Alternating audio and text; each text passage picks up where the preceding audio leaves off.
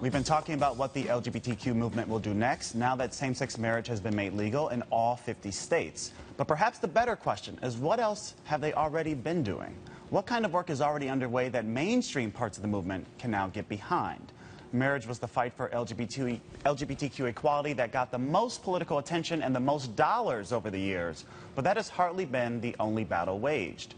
Activists have been fighting against employment and housing discrimination, disproportionate criminalization and state violence, and unfair immigration policies, to name just a few. And now that the battle for legal same-sex marriage has been won, what will the people and the organizational infrastructure who fought for this win do next? Will they all just pack up and go home, or will the dozens of national and statewide nonprofits whose sole goal was legalizing same-sex marriage dismantle? Will wealthy gay donors and sympathetic allies divert their political dollars elsewhere, or will they put that money and energy and effort into these other battles we've been discussing? Will there be a fresh focus and attention on the plight of homeless LGBTQ youth? And will the T of the LGBT movement finally get appropriate attention? Will the call for better treatment of queer and trans immigrant detainees be heard? A singular oppression has united a diverse coalition of people, ranging from wealthy white gay businessmen to low-income trans women of color, forcing some measure of political unity from otherwise disparate groups. But does legalizing same-sex marriage disrupt this diverse coalition? And will the folks who most benefit from legalized same-sex marriage leave the movement behind? Now, in his statements after the Supreme Court ruling last week, President Obama said this. Today should also give us hope that on the many issues with which we grapple, often painfully, real change is possible. Shifts in hearts and minds is possible. And those who have come so far on their journey to equality have a responsibility to reach back and help others join them. Because for all our differences, we are one people, stronger together than we could ever be alone. Will those celebrating this major victory of marriage remember that, or will they peel away and leave the more vulnerable members of the community to fight their own political battles? Still with me to discuss the future of the LGBTQ movement, Raul Reyes, Kai Wright, and Ms. Biko. And I want to start at the table and ask, frankly, will the next battle for the LGBTQ community be an intersectional one? Will it focus on the most vulnerable in the community, whether it's the intersection of race, immigration status, or socioeconomic status, or gender identity? What do you see going forward, Ms. Biko?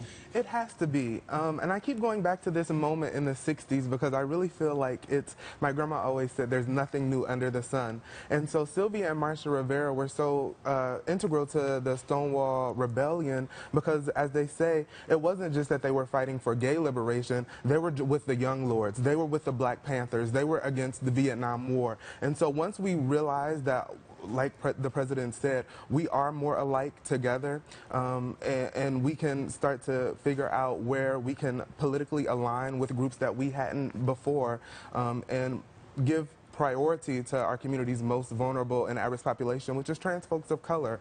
And so the next fight has to be abolition. It has to be liberation for all, because gay people can't get free until trans people get free, and trans people can't get free until Black people get free. And Raul, where do you see the infrastructure, the organizational infrastructure that has been built up the last 15 years in the fight for marriage equality? And I think here of an example like Obama for America, right? It successfully helped the president get elected, and then it changed to Organizing for America, and then it was basically dismantled, right, in terms of the president's agenda, and we're going to be writing about this for years in terms of what happened in the first term. Will marriage equality groups, will they change their names? Will they refocus their energy to some other unified effort? What do you see the future of the movement looking like? Well, in my opinion, I don't even see many of these marriage equality organizations and nonprofits necessarily changing their names and moving on to other fights. Because even as we celebrate the joy of marriage equality in the country, the fight is not over, even on that issue.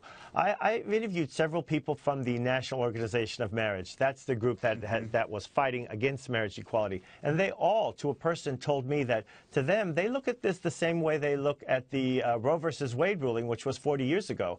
That ruling was decades ago. Abortion is legal, and yet we are still fighting those fights. They have found ways to chip away at it. They have found roundabout ways to bring small legal challenges in different areas of the country to basically, in many ways, make abortion inaccessible. So those anti-same-sex marriage groups, they're not giving up. They're reframing their fights, particularly around the area of what they call religious freedom, and they want more legal challenges. They're going to force them. So there's still a lot of work to be done, even in the area of marriage equality. What is tremendous and what I see as very good news is I see, for example, to take the immigrant rights movement, I've seen over the last few years that people have finally recognized not only that we, that we have unity, that our unity is important, but that we go further as a community when we are together. A few years back, say 2007, with the immigration rights movement, you typically saw Latinos, some Asians, and that was basically it. Now when you go to an immigration reform rally, protest movement, the LGBT community is very well represented. You see transgender people on the dais. The coalition, people are recognizing that the coalition works, and that is the way forward. Kai, I want to get you in here because I know you have lots of thoughts about respectability politics. And so one could argue that the fight for marriage equality was successful and prioritized precisely because it was a politics of love and respectability and inclusion into a mainstream institution. And I'm wondering what's next for the movement in terms of this interplay of respectability politics. And I'm thinking here, and I want to even within LGBT, I want to disaggregate the T, right? Because there are transgender folks, but then there are gender nonconforming folks. That it's not exactly the same thing. And we see a lot of attention towards trans folks, and especially trans kids. And it's sort of falling back on what I would call gender essentialist notions of sex, in a sense, right? But if you're gender non-conforming, you might be excluded even from the larger trans community. So what is the future in terms of the tactic, let's call it, of respectability politics versus, as Ms. Biko pointed out, full liberation for all? The hopeful thing for all of that is the reality. So we can talk about whether or not the marriage people are going to get into a different kind of fight. And to be fair, some of the leaders of the marriage movement have in fact said, hey, everybody, we need to get into a different kind of fight. Alvin Wilson has been very clear about there's the next phase of this. But more hopeful than that is all of the folks, everybody's kind of name-checked them a little bit, who are outside of the traditional gay rights movement, who are now part of a conversation about the human rights of people. And so I think about the queer women who were the driving force behind the Black Lives Matter movement, for instance. Many of our movement leaders in immigration spaces, in racial justice spaces, in economic justice spaces, in queer spaces, don't have this trouble understanding intersections. They don't have, because for many of us, we live those intersections. And so the idea that there's a marriage right over here, and there's a right to live without violence over here, and there's housing isn't part of the lexicon of those movements. And those are the movements that are growing right now. That's where we're seeing strength right now. And I think that's the future of progressive politics, period.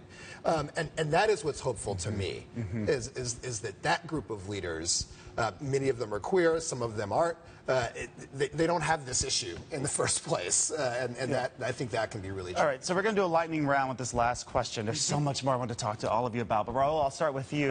What are the lessons we should take away and other social movements should take away from the fight for marriage equality?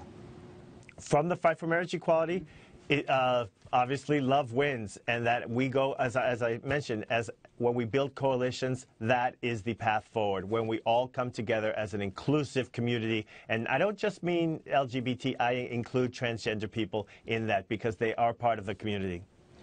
Ms. Biko, what are the lessons we can take away in terms of social movement building, right, in terms of visioning for the future? What lessons can we learn from this victory, this legal victory in the fight for marriage equality? Well, the Bible says that things must be done in decency and in order, and so taking that and eating the meat and throwing away the bones, I think it's really important to prioritize the issues and causes of our movement. it's great to say that love wins, and I think this is a great victory, but it's a victory in the like a battle, not the whole war. And so if folks can be married, but then they can still be fired from their job or denied housing because of that marriage, how did love win in that way? And so I think that one of the lessons that we need to learn is to prioritize and make sure that we're centralizing our community's most vulnerable. The most vulnerable, just to be clear, prioritizing the very most vulnerable in all of our communities. Right. Kai.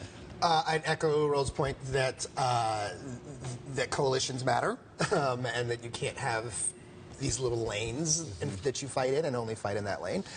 And then, too, culture change matters.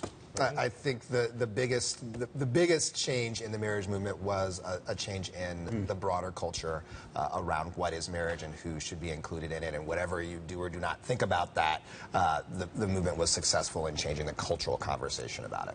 I want to thank my guests, Ro Reyes, Kai Wright, and Ms. Spico. That's our show for today. You can find the links to this and all our other segments at www.msnbc.com/nerding-out. Just Google Nerding Out. That's much easier. You can find us on Hulu as well. And catch us live here every Thursday at 11 a.m. Eastern right here on Shift.